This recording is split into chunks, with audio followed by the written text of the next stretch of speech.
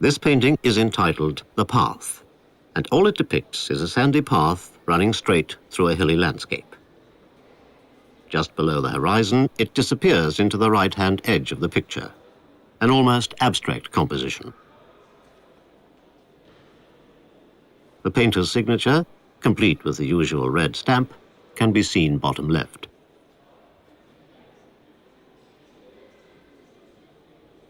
What at first appears to be a smooth plane is extremely richly painted. This is a technique which, without employing the illusionist realist style, or even that of impressionism, attains a high degree of reality. The sky, with its delicate gradations of blue, looks almost transparent. A glimmer of light brightens the horizon. One has to look closely to see how brushstroke has been superimposed on brushstroke and color on color. The quality and range of colors depend on the coarseness and dilution of the minerals with which Higashiyama paints, malachite and lazurite, for example. Every painter develops his own technique accordingly. Higashiyama's painting looks exceptionally dense, although the multiplicity of little brushstrokes renders it almost transparent.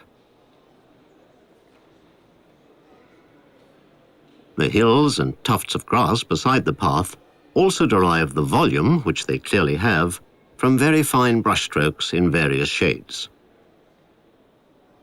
And the path itself is structured with the aid of a thin bluish undercoat. One has to look very closely to make out the pebbles scattered over it. This painting, by Kaii Higashiyama, dates from 1950 and belongs to Tokyo's National Museum of Modern Art, which owns an extensive collection of his works. It was painted in the so-called Nihonga style, a neo-traditionalist Japanese style employing mineral and vegetable paints. This movement originated in 1880, in opposition to the excessive Western influence of the time. Higashiyama is unquestionably one of the leading exponents of this genre. Born in 1908, he attended Tokyo's Academy of Art and spent 2 years studying art history in Berlin from 1933 onwards. But he did not start painting in earnest until after the war. Success came quickly, together with numerous exhibitions and international awards. Although the translation of natural elements into shapes and their two-dimensional integration is typical of Japanese art as a whole, Higashiyama reformulates this process in his own way by combining abstraction and natural impression so as to convey the essence of a subject, while retaining his abstract treatment of plane surfaces. His painting, The Ravine, addresses the same plane structuring theme as The Path. Higashiyama was later to relax his rigid structuring of planes in favor of movement that encompassed the whole surface of a picture. Bamboo Forest by Moonlight of 1967 is a good example of this. Here the paint is, if anything, applied even more thickly and superimposed more often.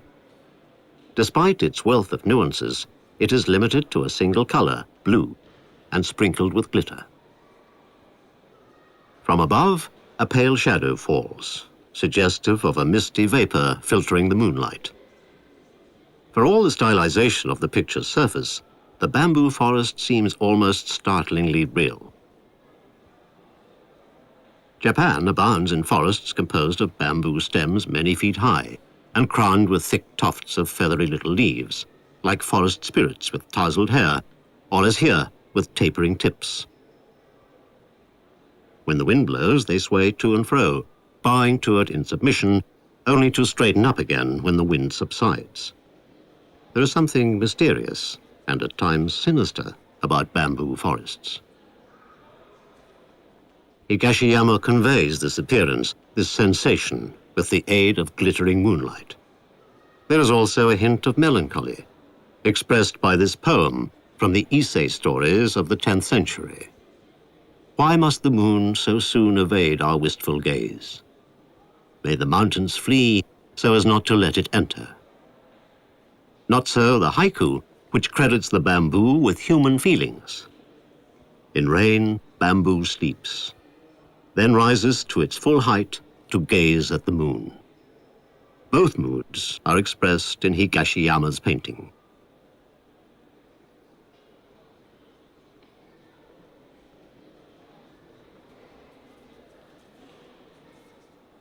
But Higashiyama does not employ only simplified forms.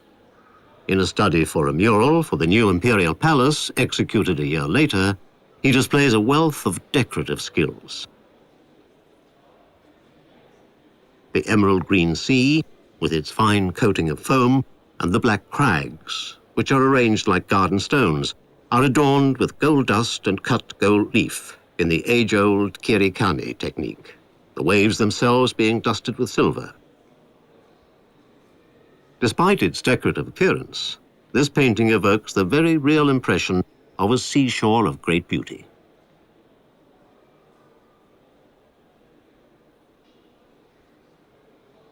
Gold dust and silver dust play an important part in Higashiyama's work as a whole. They occur in many of his paintings, but in general so discreetly that they merely emphasize and accentuate his use of color. In the painting entitled Echo of 1958, a precipitous waterfall is obscured by a tangle of bare branches. Closer inspection reveals that the waterfall is finely dusted with gold to suggest sunlight shimmering on water. The last work was delicate. This one, Autumn Colors, is monumental, just a rust-red triangle set against a blue-gray sky. But the triangle is a mountain forest of red maples. The clearly distinguishable treetops form a lively structure. Spiky crowns break up the austere outline. Richly graduated layers of paint, ranging from cherry red to orange, seem to make the picture breathe. The sky, violet and pink with dabs of gray, is again dusted with gold. Its translucency acts as a counterpoint and lends a real dimension to the abstract surface. Realism of a similar kind is discernible in the path, with ruts and pothole-like irregularities, which turn it into an ordinary field path. The tufts of grass, executed in light and dark brushstrokes, look like living plants. The snow, like the greenery in the ravine, becomes alive with delicate brushwork. The same applies to the picture Echo, despite the abstract treatment given to the bare branches and even to the bamboo grove, which fills the picture with seemingly symmetrical clusters of leaves. The study for a mural in the imperial palace is slightly different. Here, despite the gold dust and gold leaf, the primary and predominant impression is realistic, but this may be because it's a study. The Path, one of Higashiyama's early pictures, is amongst his most important works. However many problems he tackled, landscape remained his favorite subject, and the underlying mood of his pictures is always the same. A sense of harmony and stillness pervades, undisturbed by livelier elements. This is because of his lucid composition, which makes use of very few basic forms. The path lies there as if stretching away into infinity, never to be trodden by another living creature. The path is an interpretation of eternity.